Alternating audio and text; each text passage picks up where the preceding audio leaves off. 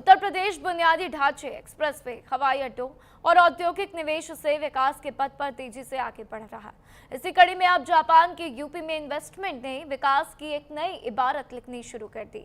विकास की यह कहानी शुरू होती है सीएम योगी के जापान दौरे से, जब इस साल यूपी के मुख्यमंत्री योगी आदित्यनाथ एक बड़े प्रतिनिधिमंडल के साथ जापान गए और राज्य की उपलब्धियों और अपने संसाधनों को वहां के निवेशकों के सामने रखा। नतीजा यूपी जापान इन्वेस्टमेंट समिट के तौर पर सबके सामने है, जिसे संबोधित करते हुए सीएम योगी ने कहा कि जापान की धरती पर हमने संकल्प लिया था और आज हमारे सपने साकार होते दिख रहे हैं। यूपी और जापान के बीच एमओयू साइन होने से प्रदेश का विकास को गति भी मिली है और इसी पर की रिपोर्ट देखिए।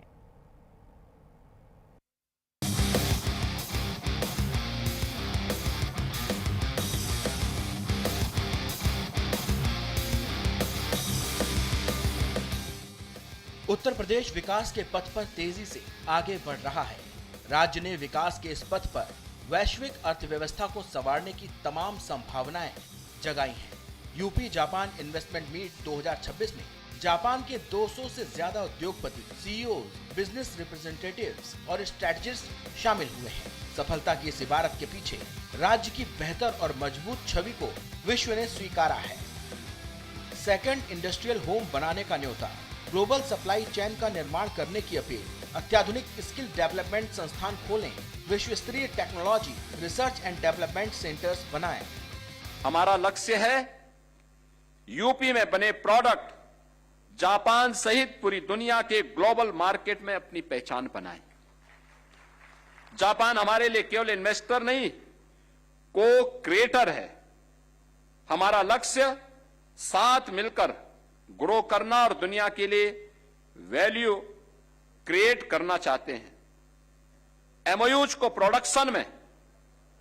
प्रोडक्शन को ग्लोबल एक्सपोर्ट्स में बदलकर उत्तर प्रदेश की ग्लोबल मैन्युफैक्चरिंग हब बनाने के संकल्प को पूरा करना है।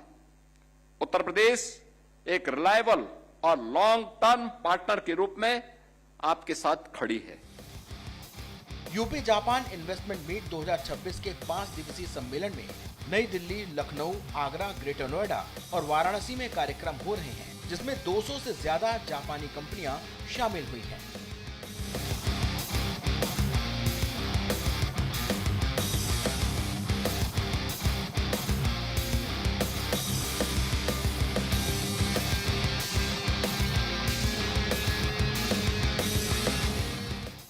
गीडा में 3,195 करोड़ का निवेश, 10,000 से अधिक रोजगार के अवसर। एस्कॉर्ट कुवेटा लिमिटेड का 2019 करोड़ का निवेश। Advance technology, green hydrogen, renewable energy में मौके, इलेक्ट्रिक मोबिलिटी, सेमीकंडक्टर में अवसर, ऑटोमोटिव कंपोनेंट्स, डिजिटल इंफ्रास्ट्रक्चर में संभावनाएं, स्किल डेवलपमेंट, पर्यटन में निवेश के बड़े मौके। उत्तर प्रदेश भारत की टॉप 3 इकोनॉमी में शामिल है। प्रधानमंत्री नरेंद्र मोदी के मार्गदर्शन में उत्तर प्रदेश आज भारत का ग्रोथ इंजन बना हुआ है। बीते 9 वर्षों में सुरक्षा, स्थायित्व के साथ यूपी की पर कैपिटा इनकम को 3 गुना करने में सफलता प्राप्त की है। $1 ट्रिलियन की इकोनॉमी बनने की दिशा में तेजी से काम जारी है और विश्व के मानचित्र पर भारत की चमक बढ़ती ही जा रही है। Bureau report, news India. Delhi में H1N1 यानी कि स्वाइन फ्लू को लेकर स्वास्थ्य विभाग अलर्ट मोड पर है। केंद्रीय स्वास्थ्य मंत्री जेपी नड्डा ने आज स्वाइन फ्लू की स्थिति और तैयारियों को लेकर समीक्षा बैठक की। बैठक में दिल्ली सरकार ने अस्पतालों की तैयारियों और स्वास्थ्य व्यवस्था की विस्तृत रिपोर्ट पेश की। नड्डा ने स्वास्थ्य सेवाओं को पूरी तरह तैयार रखने के निर्देश दिए, साथ ही केंद्र की ओर से हर संभव सहयोग का भरोसा दिया। वहीं न्यूज इंडिया से बातचीत में दिल्ली सरकार के स्वास्थ्य मंत्री पंकज कुमार सिंह ने क्या कुछ कहा, आइए सुनाते हैं। इस वक्त हमारे साथ बात करने के दिल्ली के स्वास्थ्य मंत्री पंकज सिंह हमारे साथ मौजूद हैं। सर, आज केंद्रीय मंत्री स्वास्थ्य मंत्री जेपी नड्डा के साथ बैठक हुई थी, क्या कुछ बात हुई थी और क्या कुछ बैठक में रहा? सर देखिए, हमारे मार्गदर्शन है भारत सरकार के, हमारे स्वास्थ्य मंत्री हैं, वो दिल्ली के प्रति उन्होंने एक रिव्यू मीटिंग रखी थी कि भाई दिल्ली में ये जो H1 स्वाइन फ्लू डेंगू का जो है उसकी तैयारियां कितनी हैं, जिसकी हमने जानकारी उनको सारी दी कि हमारे यहाँ पे ना कोई बेड की कमी है, ना डॉक्टर्स की कमी है, ना दवाई की कमी है और आदरणीय नड्डा जी भी सेटिस्फाई हुए इस काम से और बोले कि और भी दिल्ली की जनता को जो सेवाएं चाहिए भारत सरकार भी तैयार है और दिल्ली सरकार अच्छा काम कर रही है। हमें इस बात का पूर्ण विश्वास है कि किसी चीज़ की दिक्कत नहीं आनी चाहिए हमारे हॉस्पिटलों के अंदर, दिल्ली सरकार के हॉस्पिटलों में। और पेशेंट आए हैं, रिपोर्टिंग हुई है, उनका इलाज भी हो रहा है, काफ़ी लोग डिस्चार्ज होकर जा भी चुके हैं। और मैं दिल्ली की जनता को ये पूरा विश्वास दिलाऊंगा एज ए स्वास्थ्य मंत्री दिल्ली सरकार कि कहीं भी कोई समस्या नहीं है। आप हमारे हॉस्पिटलों में आइए, आपको अच्छे से इलाज मिलेगा, ना बेड की कमी है ना आईसीयू की कमी है, चिंता का कोई विषय नहीं है। क्या आपने कोई रिपोर्ट दी है स्वास्थ्य मंत्री को या उन्होंने कोई बयान दिया इसको लेकर कि किस तरह तैयारी आप लोग कर रहे हैं? बयान के इसमें दिया हमने रिपोर्ट जो आज तक कल तक की जो रिपोर्ट थी वो रिपोर्ट उनसे साझा की है और साझा करने के बाद कितने पेशेंट आए हैं और कैसे उनका इलाज हो रहा है वो सारी साझा की है और साझा के बाद सेटिस्फाई हुए कि दिल्ली सरकार का अच्छा काम कर रही है। धन्यवाद सर बात करने के लिए। कैमरामैन गौरव के साथ पंकज वानखेड़े, न्यूज़ इंडिया, नई दिल्ली। और वहीं सीएम योगी ने अखिलेश यादव पर निशाना साधा। कल्याण सिंह की पुण्यतिथि पर सीएम योगी का हमला, अखिलेश गिरगिट की तरह रंग बदलते गए सीएम योगी कहते हुए नजर आए। पीडीए में पी की परिभाषा भी बदल दी गई। सीएम योगी ने कहा तो पहले पी का मतलब पिछड़ा, फिर पंडित, एक दिन पी का मतलब पाकिस्तान भी कर देंगे। तो स्वर्गीय कल्याण सिंह को श्रद्धांजलि तक नहीं दी, निधन पर संवेदना के शब्द भी नहीं बोले, ये बात भी सीएम योगी कहते हुए नजर आए हैं। देखिए किस तरीके से सीएम योगी आदित्यनाथ अखिलेश यादव पर निशाना साधते हुए तो पीडीए का मतलब बताते हुए योगी आदित्यनाथ नजर आए, जिसमें उन्होंने पीडीए की परिभाषा बदल दी। उन्होंने बताया कि किस तरीके से स्वर्गीय कल्याण सिंह के निधन पर संवेदना के शब्द भी अखिलेश यादव ने नहीं कहे, समाजवादी पार्टी के प्रमुख ने नहीं कहे और इसी को लेकर सीएम योगी निशाना साधते हुए नजर आए। तो सीएम योगी ने अखिलेश यादव पर निशाना साधा, जिसमें कल्याण सिंह की पुण्यतिथि पर सीएम योगी का हमला सामने आता हुआ तो अखिलेश गिरगिट की तरह रंग बदलते हैं, ये बात सीएम योगी ने कही है।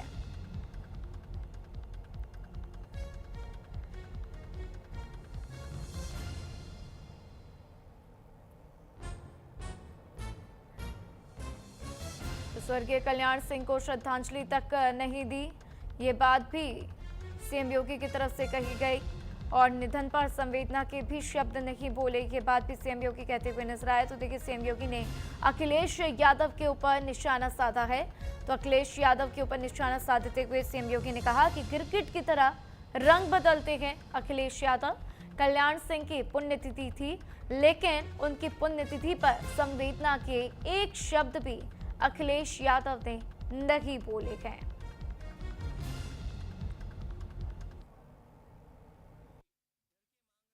क्रिकेट की तरह रंग बदलने वाले लोग कैसे परिभाषा करते हैं। पी की परिभाषा पहले पिछड़े से, फिर पी की परिभाषा पंडित से और आप देखना एक दिन वे पी की परिभाषा पाकिस्तान से भी कर देंगे। समाजवादी पार्टी के मुखिया ने कितना द्वेष वे हमारे नेता से रखते हैं, कितना द्वेष रखते हैं। उन्होंने बाबूजी को प्रत्यक्ष जाकर के श्रद्धांजलि देने की बजाय शब्दों से भी नहीं कोई कुछ व्यक्त किया। और नालंदा पहुंचते ही बदले मंत्री श्रवण कुमार किशोर चीनी की बढ़ी कीमत को जायज बताया। पटना के बयान पर किरकिरी और ऐसे में नालंदा में सफाई दी गई। चीनी मिलें खुलेगी, रोजगार बढ़ेगा तो कीमत भी बढ़ेगी। तो देखिए किस तरीके से पटना के बयान पर किरकिरी होती हुई नालंदा में सफाई दी गई।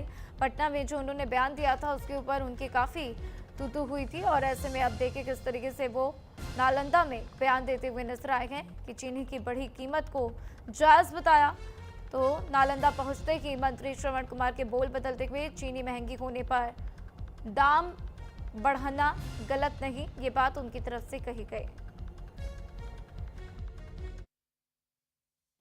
और चीनी के दाम में बढ़ोतरी हो रही है, चीनी मिलें खुल रही है, लोगों को रोज़गार मिल रहा है।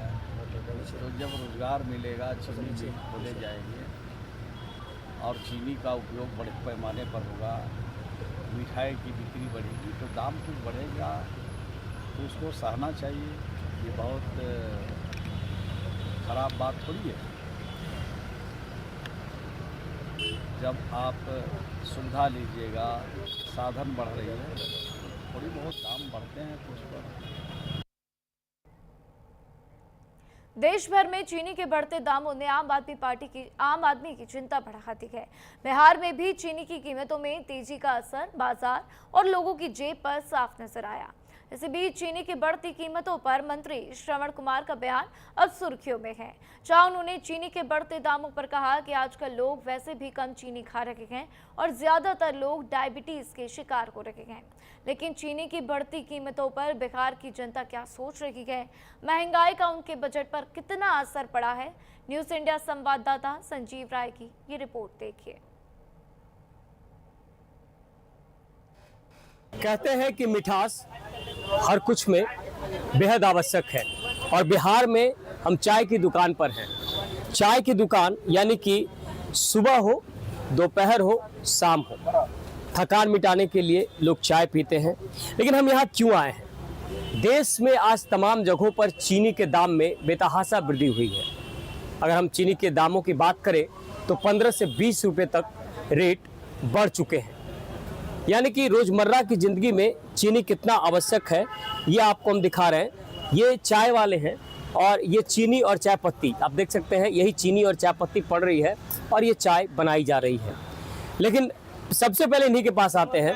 ये बताइए, चीनी का दाम बहुत बढ़ गया है, क्या आप लोग पर कितना इसका असर पड़ेगा? बहुत असर पड़ गया सर, चीनी का बहुत दाम बढ़ गया है, 20-20 किलो बढ़ गया रेट। कितना कमी आई है व्यापार में? बहुत कमी हो गया है, बहुत रेट बढ़ गया। इतना रेट नहीं बढ़ना चाहिए, कम से कम 10 रुपये किलो कम से होना चाहिए, 20-20 किलो हो गया बढ़ गया। चीनी के दाम बढ़ गए, क्या कहेंगे? ये आम जनता की जेब पर सीधे असर करेगा? हाँ, ये तो असर तो पड़ेगी। हाँ, लेकिन मैं तो बिना चीनी का पीता हूँ तो मुझे ज़्यादा इम्पैक्ट नहीं। चलिए, आप बिना चीनी के पीते हैं तो कम से कम ये राहत है। लेकिन जो लोग पी रहे हैं, आप बताइए क्या कहेंगे? हाँ सर, फर्क तो पड़ता है, रोजमर्रा का जो बजट है उसमें फर्क पड़ता है। पड़ता है। क्या लग रहा है, सरकार ने जो इजाफा किया, कुछ लोग इसको देख रहे हैं कि एथेनॉल का उत्पादन हो रहा है इसलिए कमी आ गई, कुछ लोग इसको अपने तरीके से देख रहे हैं कि उत्पादन में कमी आई है, कुछ लोग यहाँ के नेता कह रहे हैं कि क्या होगा, लोग कम चाय पिएंगे, चीनी कम उपयोग करेंगे। हाँ सर, लग तो ऐसा ही रहा है हमें भी। क्या ये ठीक है? शायद एथेनॉल की वजह से ही। एथेनॉल की वजह से जब मांग ज़्यादा हो तो प्राइस तो बढ़ता ही है। बिल्कुल असर पड़ेगा। जितने भी छोटे छोटे दुकानदार हैं, चाय बनाने वाले हैं, या चीनी एक ऐसा चीज़ है कि हर के घर में, छोटा दुकान पे हर जगह इस्तेमाल करने वाला चीज़ है।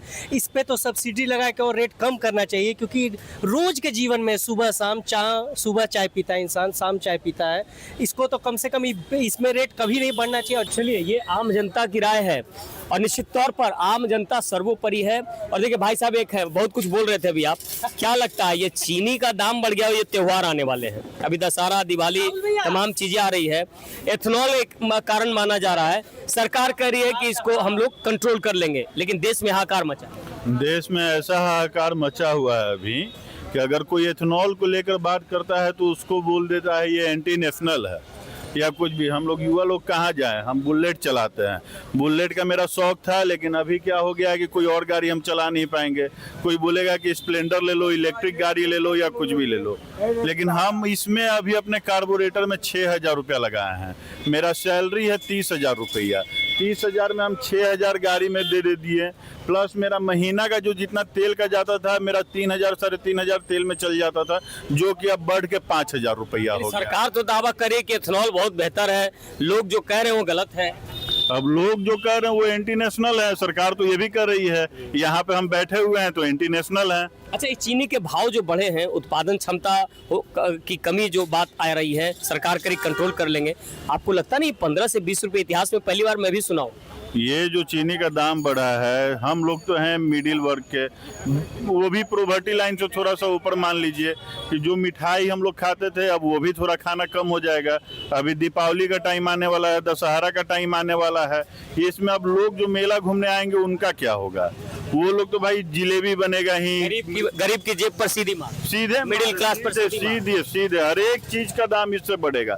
जो भी चीनी से जो प्रोडक्ट बनता था वो सब पे ही अब मार बढ़ेगा डायरेक्टली। चलिए, तो बिल्कुल आम जनता की राय आपको हम दिखा रहे हैं। और जरा ये देखिए चाय है, जरा हम कहेंगे थोड़ा इसकी हमें भी आदत है, और क्योंकि पत्रकार है तो निश्चित तौर पर चाय भी जो है थकान मिटाती है। तो इसी चाय की बात हो रही है। इसमें बिना चीनी के चाय बनेगा नहीं, कुछ लोग बिना चीनी के पीते हैं, लेकिन अब इस चाय की कीमत हमें लगता है जो 10 रुपये में मिलती है अमूनन, उसके भी रेट अब जो भाई साहब हैं दुकानदार वो कह रहे हैं बढ़ाना पड़ेगा। तो निश्चित तौर पर चीनी जो कि रोजमर्रा की जिंदगी में बेहद अहम है, और ऐसे में पर्व है, त्यौहार है, नेता भले ही अपने तरीके से जो कहते हो, लोग जो कहते हो, लेकिन इसकी मार सीधी तौर पर आम जनता मध्यम वर्ग पर पड़ेगी। तो चीनी के दामों में बढ़ोतरी के बाद कहीं न कहीं ये मार आम जनता पर है। फिलहाल पटना से न्यूज इंडिया के लिए संजीव राय। और वहीं नोएडा सेक्टर 58 में सर्विस सेंटरों की मनमानी सामने आई। सड़क पर खड़ी की जा रही सर्विस के लिए कारें आई हैं, जिसमें पार्किंग की कमी से सड़कें अवैध पार्किंग बन चुकी हैं। कारों की कतार से ट्रैफिक व्यवस्था काफी प्रभावित है। पीक आवर्स में जाम से लोग भी परेशान हैं। ट्रैफिक पुलिस की कार्रवाई पर सवाल भी उठे गए। तो देखिए किस तरीके से पार्किंग की कमी से सड़कें अवैध पार्किंग जोन बनते हुए नजर आए, जिसको लेकर सवाल खड़े होते हुए। तो कई सवाल, पीक आवर्स में जाम से लोग परेशान हो चुके हैं। पीक आवर्स में जाम की स्थिति होने लग गई है। ट्रैफिक पुलिस की कार्रवाई पर भी सवाल उठते हुए तो सेक्टर 58 का ये मामला, जहां पर सर्विस सेंटरों की मनमानी सामने आती हुई नजर आई है।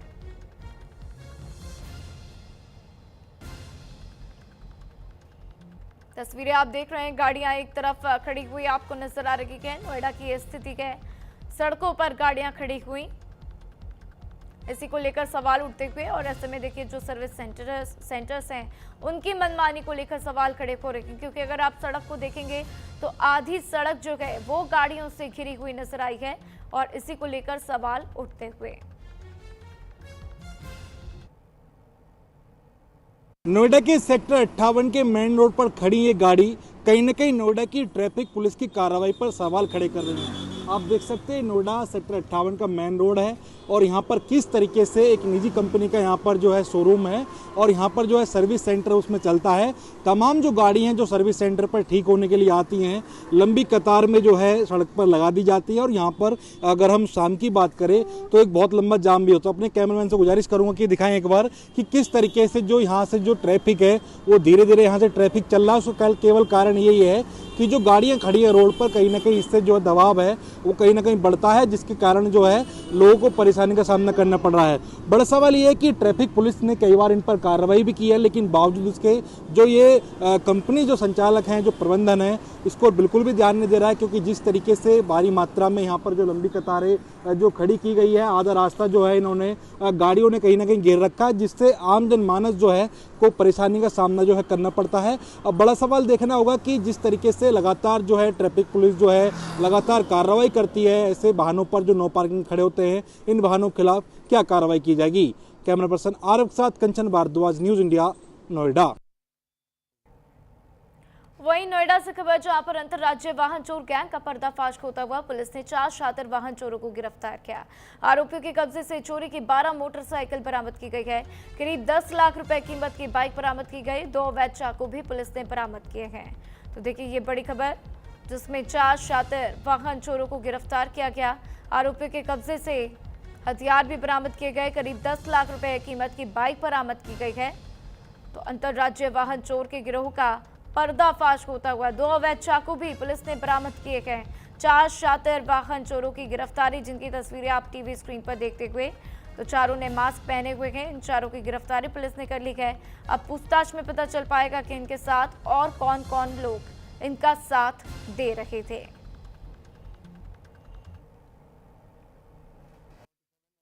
पुलिस आयुक्त महोदया के द्वारा वाहन चोरों के विरुद्ध एक विशेष अभियान चलाया जा रहा था। उसी क्रम में एसीपी फर्स्ट SHO 39 एवं उनकी टीम के द्वारा 4 शातिर अंतर्राज्यीय वाहन चोरों को गिरफ्तार किया गया है, और उनके कब्जे से 12 वाहन मोटरसाइकिल जो है वो बरामद हुई है।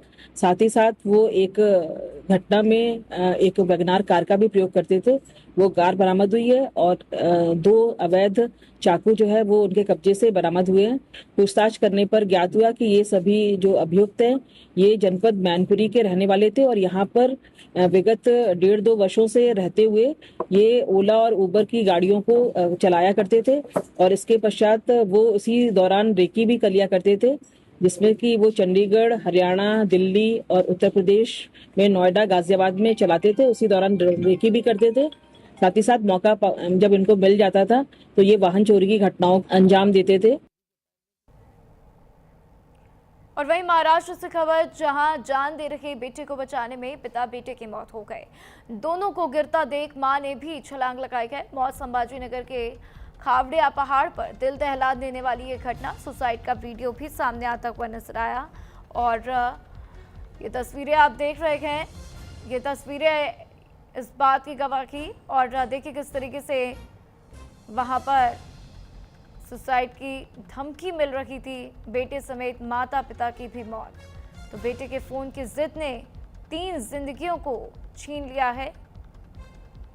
दोनों को गिरता देख मां ने भी छलांग लगा ली। संभाजी नगर के खावड़िया पहाड़ की यह घटना, जहां पर सुसाइड का वीडियो वायरल होता हुआ दिल दहला देने वाली ये तस्वीरें आप देख रहे हैं।